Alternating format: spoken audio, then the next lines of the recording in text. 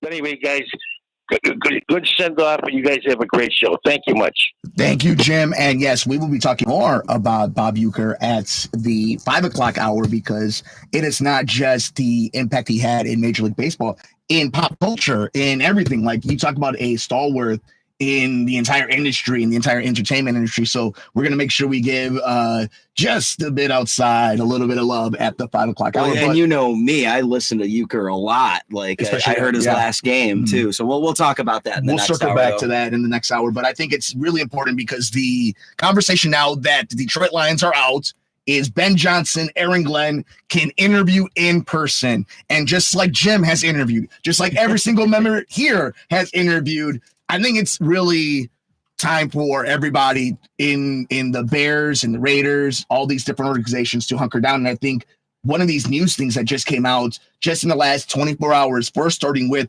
Adam Schefter reporting that the Chicago Bears had asked the Pittsburgh Steelers their interest in trading Mike Tomlin to become the new head coach of the Chicago Bears. Now, say what you will, you talk about shooting your shot. At least they did it. That I tweeted out, the smartest thing the Bears have done all offseason was asking the Raiders if they could get Mike Tomlin. The Steelers, you mean? But do they think that Steelers are just an easy trade partner whenever they need something? Like, we'll pawn off a quarterback on you, ruin your franchise, and hope we can get your quarterback in the process. Thank you, Chase Claypool. Was this just the plan all along, was to secretly destroy the Steelers with Justin Fields? Now, the interesting one that came out was Eddie George is also being brought in to be interviewed with the Chicago Bears. This comes to us from the NBC Chicago staff. The Bears have conducted 60 interviews in all, with the most recent occurring over the weekend as they spoke to Baltimore Ravens offensive coordinator Todd Monken, who I believe has an outside shot of actually becoming the head coach, Buffalo Bills offensive coordinator Joe Brady, another one who has a legit shot, Minnesota Vikings defensive coordinator Brian Flores, and Green Bay Packers offensive coordinator Adam Stenovich. So again, some interesting connections, all of this in the NFC North and whatnot. But on Sunday, things hit a new mark as the team will talk to former NFL running back and current Tennessee State head coach Eddie George in an in-person interview at Hallis Hall, according to multiple reports. The Ohio State Heisman Trophy winner from like 1995 or 96, something like that. Madden cover Eddie George. This is somebody who was a big-time player. Among those now available for in-person interviews will be the Detroit Lions offensive coordinator, Ben Johnson, and defensive coordinator, Aaron Glenn, who saw their teams lose to the Washington Commanders on Saturday nights in the Motor City. Now, this interview also does put the Bears in the right side of the Rooney Rule. So it has now come down, which I think maybe as the weeks go on, we need to have an expert on about the good and bad of the Rooney Rule, because that has become a real big conversation over the last few years of what's the exact rule though? You just one minority candidate? One minority candidate. And didn't they do that as soon as they interviewed Thomas Brown? That's what I assume, but I think it has to be outside the organization. Gotcha. And I don't know, but then Ron Rivera would have taken care of that, but this might have all been Zoom interviews. So that also might be it, that it can't just be a Zoom interview, that it has to be an in-person interview. Didn't they also interview Brian Flores already? But again, Brian Flores, I don't think was in person, but I don't know. These are like little nuanced things that are taken care of by agents and the NFLPA. But I think we all know here, it is coming down to certain names. The real question becomes, do you believe all the little crumbs that you are seeing leading to certain directions? I want to go to Schefter, Adam Schefter. He tweeted this out. And this is something that I've heard behind the scenes, that it has kind of come down to McCarthy and Johnson between the Saints, Bears, and Raiders. One of those teams is going to be left out. Chances are it's the Saints, depending on the current situation. But I don't think the Raiders are interviewing McCarthy, are they? That's why it really leans to Ben Johnson going to the Raiders, and I'll tell you why. Paulie, Raiders are interviewing former Lions executive and current Commanders assistant GM Lance Newmark today for their general manager job, per sources. Newmark spent 26 seasons in Detroit before joining Washington last year and is said to have a strong relationship with both Ben Johnson and Aaron Glenn. So you are seeing the same names, the same cookie crumbles going to the same organizations. You are seeing Mike McCarthy related to the Saints and the Bears. You are seeing Ben Johnson related to the Raiders and the Bears. Somebody's going to get left at the old term. Aaron Glenn might end up in the Jets. Aaron Glenn might end up in the Saints. There could be a ton of different places. But Paulie, I'm going to throw it to you for 1 second because I want to put some light, if you're a Bears fan, how this hiring process usually gets handled at Sallisaw. Yeah, I think there's something to what you just said about Lance Newmark, who's currently with the Commanders, having that interview, but he hasn't made it to the finalists yet. I think, because of the recent, success of the Commanders and him being busy with that. Perhaps over the weeks he'll get his second interview. But right now it looks like just Chad Alexander, who's the assistant GM of the Chargers, and Brandon Brown, the assistant GM of the Giants, are the two so far that have made it to the second round with the Raiders. But yeah, that usually when you see the crumbs like that, when there's enough crumbs, usually there's a little bit of smoke. Fire. Yeah. Mm-hmm. So, I think, Ben Johnson probably will end up on the Raiders.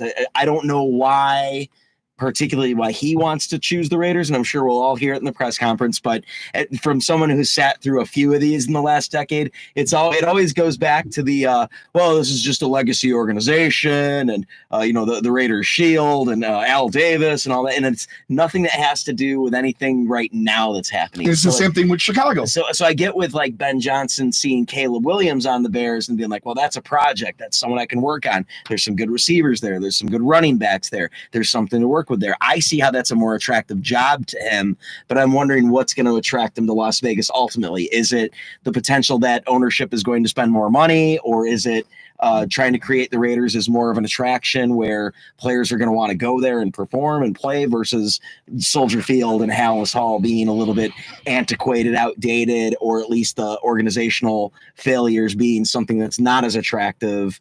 I know the Raiders have them too, but at the very least there's a modern stadium, a more attractive location that's more of a tourist destination, and a football guy, and a cheaper income taxes in Nevada versus Illinois. So I can understand to some regard why that's a more attractive team, but at the same time, for a Ben Johnson where you utilize your skill set, I don't know why it wouldn't be the Jags or the Bears. So if you always wonder why is it so weird the way the Chicago Bears handle their hiring process, earlier on this week, a article came out that really stunned a lot of people, or at least really puts a light what a lot of us knew behind the scenes that always tried to articulate this. This came from Kalyn Kahler over at ESPN, how agents impact coaching searches and why the NFL cares. It's an amazing article that starts off with this. This is not the part I want to highlight, but just to show you if you're a Bears fan. The crowd of 59,419 cheered as beloved Chicago Bears kicker returner Devin ran out of the tunnel at Soldier Field wearing his gold jacket. And then later on, just a little bit down that article, on December 26th, less than a month after the team fired coach Matt Eberflus, fans took it further. Sell the team, sell the team, sell the team. So this isn't a puff piece. This isn't something that came from the McCaskies. This isn't something that came from Kevin Warren. This is an in-depth done by journalists in the sports world, and it was some great stuff that came to light. But this is what I want to highlight specifically. McCaskies took over as chairman in 2011. The Bears have had 4 general managers and 6 head coaches, including interim coach Thomas Brown. Most recently, McCaskey fired Eberflus one day after an epic Thanksgiving meltdown against the Lions. First time traditionally conservative franchise replaced a head coach during the season. Whatever the timing, Eberflus firing allowed a trend of failed Bears coaches, but his 2022 hiring was part of another pattern. 2, one that both the Bears fan base and NFL Commissioner Roger Goodell have now clocked with concern. Since 2018, agent and ex-Chicago defensive end Trace Armstrong and his agency, Athletes First, have represented 2 fired Bears head coaches, Matt Nagy and Eberflus, 3 fired offensive coordinators, Mark Helrich, Luke Getsy, and Shane Waldron, as well as current general manager Ryan Poles. Quote, I've never seen one agent have so much influence on one team and had so little success, but they keep going back and taking his guys, said one coaching agent who requested an anonymity to speak freely on the topic. Quote, and we all kind of shake our heads like, have they not figured this out yet? Per the league's Office of Internal Data, Armstrong is one of 6 coaching agents who represented more than one head coach, coordinator, or general manager for the same club going into the 2023 season. The most recent data available, the others are Frank Bauer, Rich Flowers Jr., Bob Clemente, Jimmy Sexton, and Rick Smith. So I guess the question is, who's represented by Trace Armstrong on this list? Of a few people are on there, and then we'll get into that in a little bit. This is what I want to really highlight, and something that has really irked me about, and I really suggest read the entire article.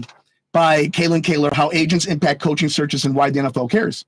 One of the things they mentioned in this article is a lot of these organizations hire within the same representation, these owners and general managers, because the football operation isn't their main source of income.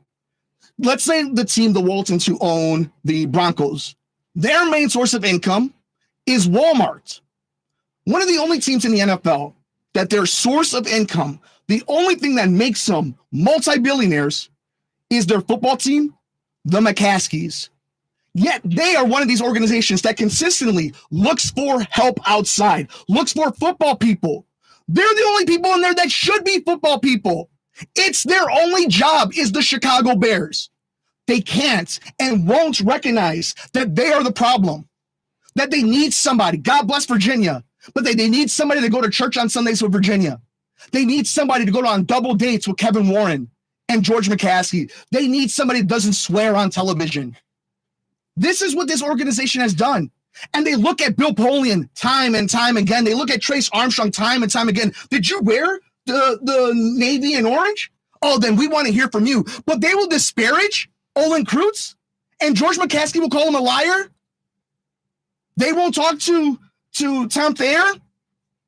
This is this organization. This is this organization. Look, I believe in the talent that Caleb Williams is dummy proof, so that he can overcome this bad organization. But reading this gives you no faith, which is why Kevin Warren, in my opinion, is the X factor. And before we continue on this talk, quick update, Marver.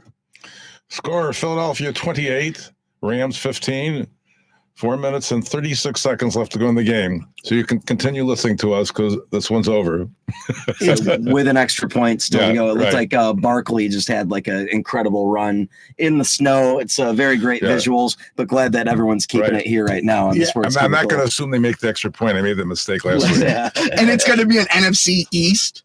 NFC East, NFC Championship game to go to the Super Bowl, and we're about to see a WrestleMania type matchup between the Bills. And he missed it. There you go. And just in a couple of hours, we will be seeing Bills and Ravens, which will be the ultimate heavyweight matchup. That's the marquee matchup of the weekend. It's been a great weekend so far. And it's one of those things, too. It's like I feel bad for whoever loses that game, because whoever loses, you're going to hear they're a bust. They crack under pressure here. But they got to go up against Patrick Mahomes next week anyway. And both quarterbacks need to win. But it all goes back to these moments right here. Those organizations were built properly.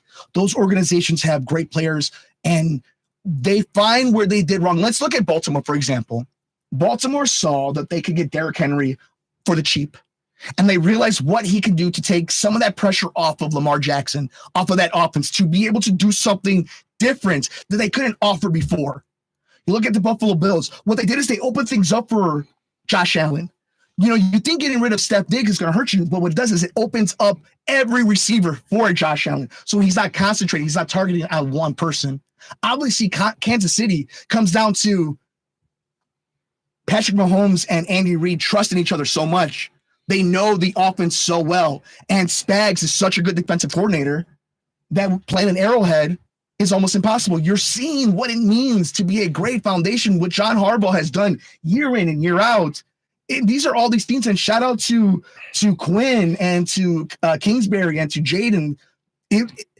For God's sakes, guys, we saw that Philadelphia was getting ready to fire Sirianni and just burn the torches down, and they're going to another NFC Championship game. These are teams that have great quarterbacks and make big moves. Saquon Barkley was just discarded by the Giants, and the front office of Philadelphia saw that can help. What kind of damage can that man do? Can he help when A.J. Brown only has one reception? To be fair, though, the narrative so far with Barkley with the Eagles is different than Barkley with the Giants because he was always hurt. You know, he had, I think, one good season where he was healthy with the Giants where you saw that potential, and the Eagles just rolled the dice and happened to gamble and win on him being healthy enough this year and having a career year. Even with whatever injuries you ever saw from Saquon was always a 1,000-yard running back, was always a multi-100-yard receiving running back. Like, he's one of the best running backs this generation has had, who even with dealing with injuries, on top of having Daniel Jones as his quarterback, and was still able to be a top tier. Talk to fantasy players, right? Like, what kind of constant number one overall pick he was because he was just a monster, even with the Giants. That's how great he was, but discarded. And Philadelphia said, we will take him, just like Derrick Henry did with with Baltimore. And you're looking at James Cook, the kind of season he's had with Buffalo, and how having a mobile quarterback, a great quarterback with an open offense, all this comes back to, do you trust the Chicago Bears to make those decisions? Do you trust the Chicago Bears, if you're a Raiders fan, a Jaguars fan, any one of these teams that's lost a quarterback, that has a quarterback or has something that can allure or give you reason to be a fan? Do you trust your organization to be one of these Final Four or one of these Final Five as of this live show? That, reading this article, it brought to light the Bears are so far away, and it has nothing to do with talent on the field. It has nothing to do with wins or losses. They are so far away because they are one of the worst ran organizations in the National Football League. Dev? Really, wow, worst run. But I do want to kind of go back here because I love Caleb Williams, but earlier this week, he received a text message from one Ben Johnson about how he was interested in coaching the team. And then on the St. Brown podcast, it was confirmed that was not Ben Johnson's phone number, and someone decided to prank Caleb Williams here.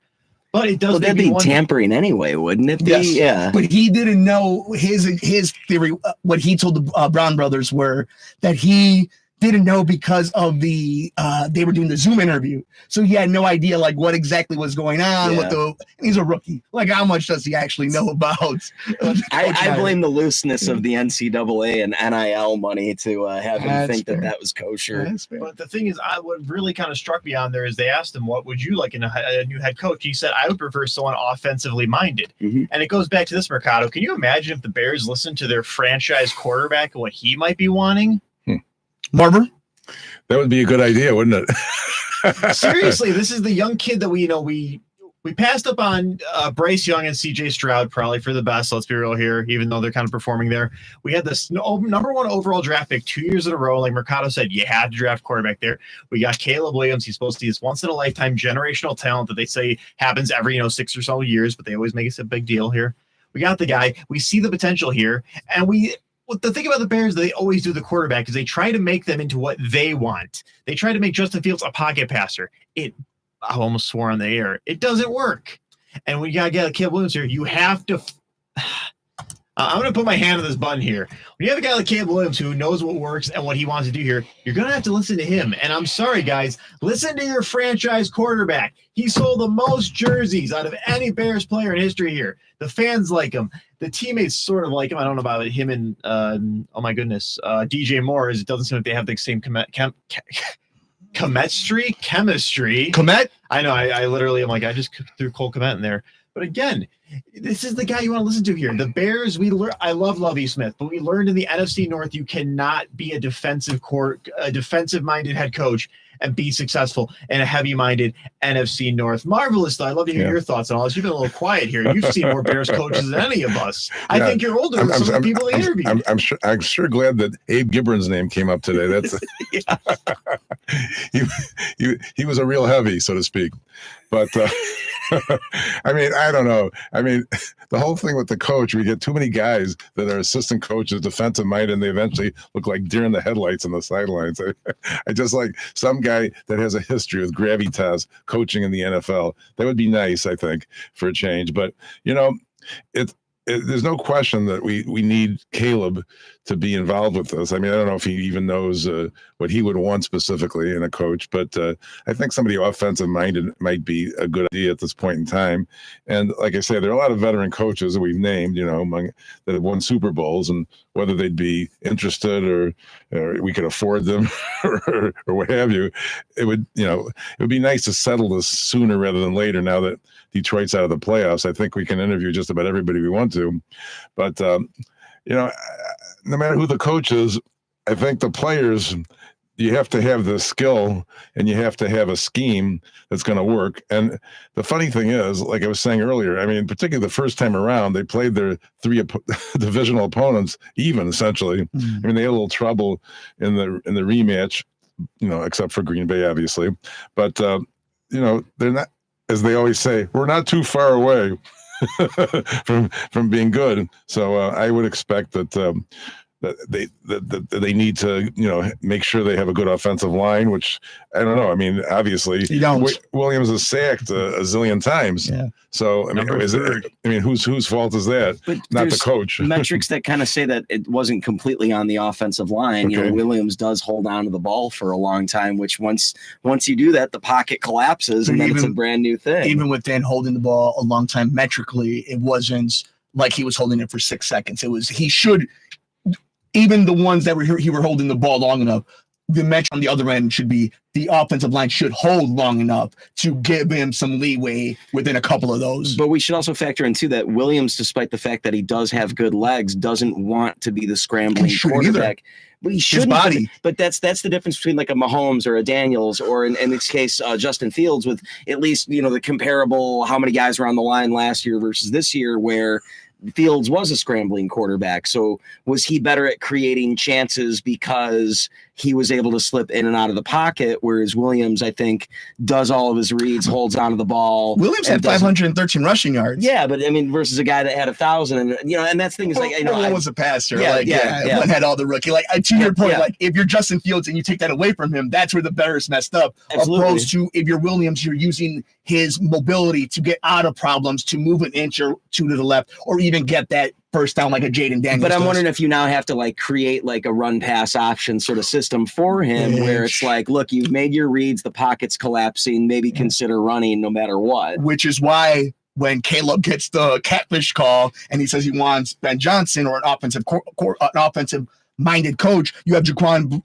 Brisker, one of the key playmakers for the Bears who was dealing with concussions a lot last season, was asked on social media, who do you want as your new coach? And he wrote back, the best, but I would prefer an offensive coach. So when we dominate and win, he stays. So even on the defense, they know, because defense has a little bit more freedom to them. Devin? Marver brought up a good point. How many people can they interview? And we got to go to break. I just want to leave you guys this question really quick here. Do you think the Bears already know who they want as the head coach? I'll give you the list. And this is all just filler, make us happy? This is my final three. This is what I believe. This is what I want. I have Ben Johnson at 1, Todd Monken at 2, Mike McCarthy at 3, the dark horse, the dream. You put one of the head coaches right now that's there, whoever that one is, your favorite, Tomlin, McVay, Shanahan, all that, the people that don't want to happen. I believe in the Bears. Their list goes Johnson, McCarthy, Monken. They are comfortable with McCarthy being the head coach. My equivalent to it is Ben Johnson is the awesome pizza that you get at your local tavern in the hole in the wall. Mike McCarthy is the Giornos.